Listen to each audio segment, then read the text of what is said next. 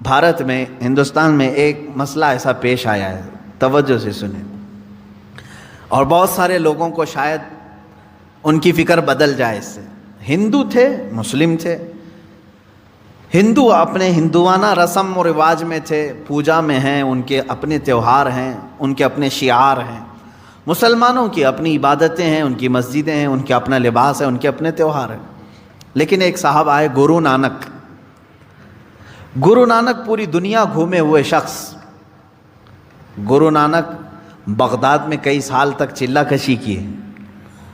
گرو نانک کا بہت سارے ملکوں میں دورہ ہوا، ساری چیزوں کو دیکھ کر کے گرو نانک ایک سیکولر شخص تھا، ایک سیکولر آدمی، یعنی ابھی تک کسی دھرم میں، کسی دین میں داخل نہیں۔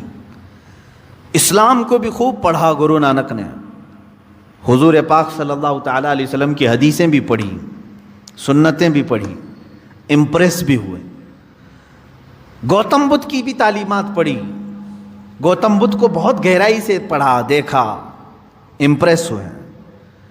رام کرشن کے بھی بہت سارے کہانیاں پڑھی، ہندوؤں کے پرانے معاملات دیکھے، کچھ اچھائیاں اس میں بھی تھی۔ ہندوستان آنے کے بعد گرو نانک نے کیا کیا؟ کہا کہ اسلام میں بہت ساری اچھائیاں ہیں، بلکہ آپ کو معلوم ہونا چاہیے گرو نانک نے حضور صلی اللہ علیہ وسلم کی شان میں کئی نعتیں لکھی ہیں۔ حضور پاک صلی اللہ تعالیٰ علیہ وسلم کو آج بھی سکھ برادری بڑے پیر کے نام سے جانتے ہیں۔ اللہ کے حبیب صلی اللہ تعالیٰ علیہ وسلم کو بڑا ادب و احترام کرتے تھے۔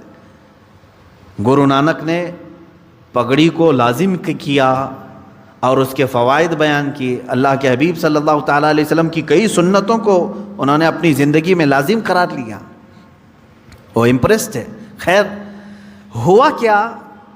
ایک سوچ یہ لے کر کے آئے، سارے دینوں کو ایک ہونا چاہیے، سارے لوگوں کو ایک ہو جانا چاہیے، ہندوؤں کو بھی، مسلمانوں کو بھی، بدھوں کو بھی، بدھسٹ جو ہیں ان سب کو ملا دینا چاہیے۔ تو انہوں نے دعوت دینا شروع کیا، ایک کام کرتے ہیں، اسلام کی کچھ اچھائیاں بھی ہم لے لیتے ہیں، ہندوؤں کی بھی چیزیں باقی رکھتے ہیں، بدھزم کی بھی کچھ چیزیں ہیں، بدھ مت کی بھی کچھ چیزیں باقی رکھتے ہیں، یہ سب ملا کر کے سارے لوگوں کو ایک کرتے ہیں۔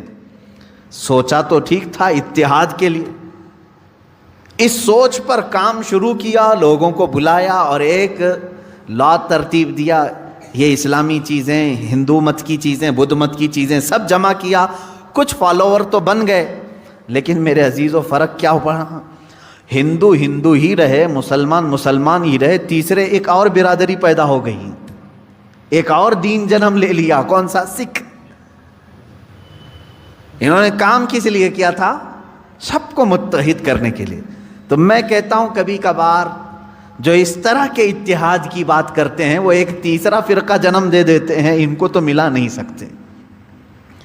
اس لیے ہونا کیا چاہیے؟ آپ لوگ یہ سوچ رہے ہوں گے کہ اتحاد ہونا ہی نہیں چاہیے۔ نہیں، میں چاہتا ہوں اتحاد۔ قرآن نے کہا ہے عیسائیوں سے اتحاد کے لیے، کیسے؟ اللہ نے فرمایا تعالوا الی کلمۃ سواء بیننا وبینکم الا نعبد الا اللہ۔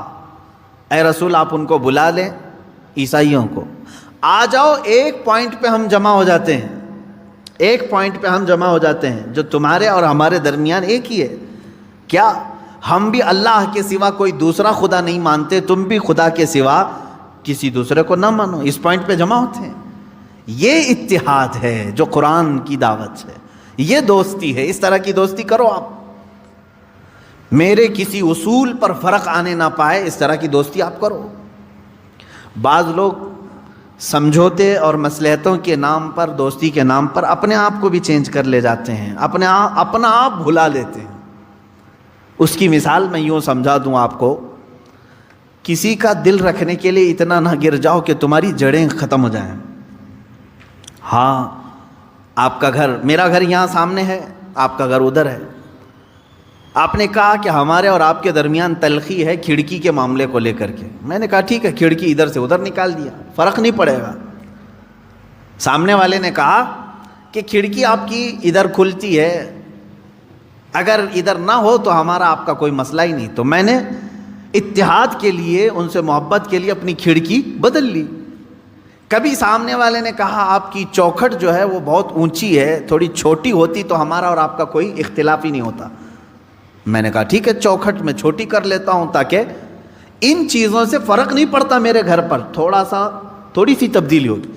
سامنے والے نے یہ کہا اگر آپ کے پائے سے جو ہے نا بڑا مسئلہ ہے میرے لیے، یہ پایا نکال دو تو ہمارا اور آپ کا اختلاف ہی ختم ہو۔ یہ کون سی بات ہوئی بھائی؟ یہ تو پائے کی بات کر رہا ہے، میرے گھر کے پائے کی بات کر رہا ہے کہ پایا آپ کا یہ نکال دو تو میرا اور آپ کا اختلاف ہی نہیں رہے گا۔ تو تم کیا چاہتے ہو کہ میں کھلے میدان میں آؤں تب اختلاف ختم ہوگا تمہارا؟ اسی طرح میرے عزیزوں، کبھی کبھار اتحاد کے نام پر آپ سے یہ کہا جائے گا صرف ٹوپی تمہاری ہمارے لیے دقت کی بات ہے، تم نکال دو، داڑھی تمہاری ہمارے لیے دقت کی بات ہے، نکال دو، ہمارا تمہارا اتحاد ہوگا۔ یہ کرتے کرتے مسلمان آج یہاں کو پہنچا کہ اب وہ یہ کہنے لگ گئے قرآن تمہارا اور ہمارا یہ بیچ میں ملنے نہیں دیتا، اس کو ہٹاؤ، تمہارا اور ہمارا اتحاد ہو جائے گا۔ یہ آگے پائے پر، آگے بنیاد پر بات۔ ہاں اس طرح کی باتیں آج ہو رہی ہیں کہ قرآن جو ہے تمہیں منع کرتا ہے کافروں سے دوستی کے لیے، ایسی آیتیں ہیں، اس کو ہٹا کر باہر رکھ دو، تمہاری اور ہماری دوستی، اختلاف ختم ہو جائے گا۔ عزیزان گرامی وقار، میں نے بہت اچھی مثال سے آپ کو سمجھایا، جہاں کوئی بات آدمی پائے کے متعلق کہنے لگ جائے تو یہاں سمجھوتا نہیں ہوتا، ورنہ تم در در کی ٹھوکریں کھاتے ہوئے میدان میں بھٹکتے رہو گے، تمہارا اپنا کوئی دین ہی نہیں رہے گا۔ اگر کوئی تمہیں اس بات پر سمجھوتا کرنے کے لیے کہتا ہے کہ تیری اور میری دوستی باقی رہے گی، بس ایک نام محمد ہٹا دے صلی اللہ علیہ وسلم، حضور پاک صلی اللہ تعالیٰ علیہ وسلم کو کیا ہم اپنے درمیان سے ہٹا دیں؟ وہ تو پورے جڑ کی بات کر رہا ہے، تو یہاں سمجھوتا نہیں ہوتا۔ اس طرح کی دوستیوں سے اللہ رب العزت نے منع فرمایا، اے ایمان والو ان لوگوں سے دوستی نہ کرو۔ کس بنیاد پر؟ کہ کہیں وہ تمہیں کفر میں نہ لے جائیں۔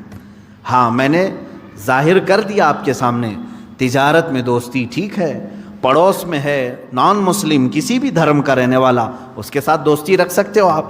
اگر وہ بھوکا ہے تو آپ کھانا کھلا سکتے ہو، اگر بے لباس ہے تو آپ لباس پہنا سکتے ہیں۔ اسلام نے یہ تمام چیزوں کی اجازت دی۔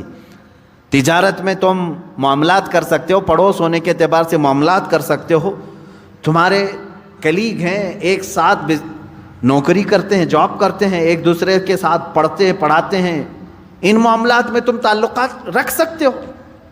یہاں جو ممانعت آئی ہے وہ دینی معاملات کے سلسلے میں۔ اسی لیے میں کہتا ہوں عام مسلمانوں کو یہ چاہیے کہ وہ دینی معاملات میں ان لوگوں کے ساتھ ڈسکشن پر بھی نہ جائیں، نہ کریں۔ ہاں جب کبھی دھارمک معاملات پر بات کرنے کی نوبت آ جائے تو ان لوگوں سے یہ کہیں کہ ہمارے دھرم کو جو زیادہ جانتا ہے وہ بیٹھے، تمہارے دھرم کو جو زیادہ جانتا ہے وہ بیٹھے، یا ان کی فیلڈ ہے وہ گفتگو کریں گے، ورنہ تمہیں ان تمام چیزوں میں الجھا کر کے کبھی قرآن کے بارے میں تم سے سوال کر دے گا، تمہارے قرآن میں ایسی بات آئی ہے، کیا ضروری ہے تم کو ہر چیز کا اس کو جواب دینا؟ اب مثال کے طور پر کوئی میڈیکل کا اسٹوڈنٹ ہے، اس سے ایگریکلچر کے بارے میں پوچھا جا رہا ہے، تو کیا ضروری ہے اس کو ہر چیز کا جواب دینا؟ وہ بس اتنا کہہ دے کہ ایگریکلچر کا جو اسٹوڈنٹ ہے اس سے یہ رابطہ کر لیں، آپ وہاں کے ٹیچر سے آپ پوچھ لیں، یہ میری فیلڈ نہیں ہے۔ تمام نوجوانوں سے میں یہی کہوں گا کہ آج کے زمانے میں ڈیبیٹ کا سلسلہ بہت شوق سے دیکھا جاتا ہے اور کیا بھی جاتا ہے۔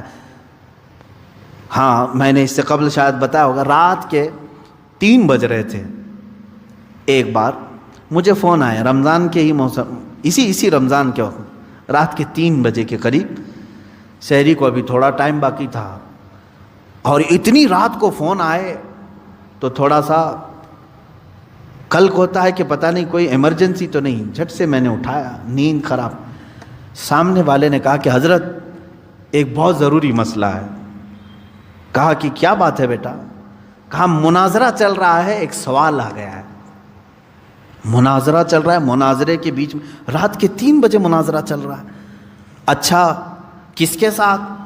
کہا کہ وہ سلفی اہل حدیث ہے اور ان کے ساتھ مناظرہ چل رہا ہے۔ مسئلہ کیا ہے؟ حضور پاک صلی اللہ تعالیٰ علیہ وسلم کی ذات کو لے کر کے کوئی مسئلہ تھا۔ میں نے کہا اتنی رات میں یہ اٹھا کر کے پوچھ رہا ہے. میں نے کہا بیٹا یہ کہاں چل رہا ہے؟ کہا بس حضرت ہمارے گلی کے باہر، ہم گھر کے باہر ہی بیٹھے ہوئے ہیں. یہ کٹے پر بیٹھ کر رات کے 3 بجے مناظرہ چل رہا ہے اور فون لگا رہے ہیں ہمیں رات کے 3 بجے. عزیزان گرامی وقار، میں بچوں سے کہتا ہوں اے میرے عزیزو، یہ تمہاری فیلڈ نہیں. کسان کے ہاتھ میں اگر چاقو دے کر کے کہو کہ پیٹ کا آپریشن کرے تو پھر وہ کیا کرے گا؟ معلوم ہے کیا کرے گا؟ جس طرح وہ کدال اور پھاوڑا چلاتا ہے کھیتی باڑی میں، اسی طرح تمہارے جسم کے ساتھ بھی چلائے گا. دین کے اصول اور دین کی باریکیاں علماء کے لیے چھوڑ دیں. یہ تمام ڈیبیٹ کا حصہ بننے کی کوشش نہ کریں.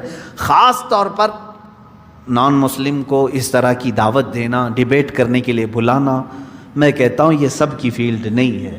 اللہ تبارک و تعالیٰ نے جو آیت کریمہ میں فرمایا اے ایمان والو کافرین کو دوست نہ بناؤ مومنین کے سوا، تو یہاں کون سی دوستی مراد ہے؟ دینی معاملات کی دوستی. اس کو سمجھ کر کے چلیں.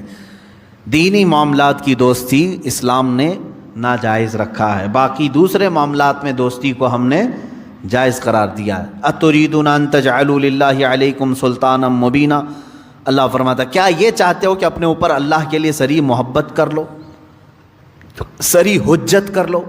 یعنی اگر تم یہ چاہتے ہو کہ اللہ کی تمہارے اوپر پکڑ آ جائے تو پھر یہ کام کرتے رہو، اللہ کی پکڑ آ جائے گی.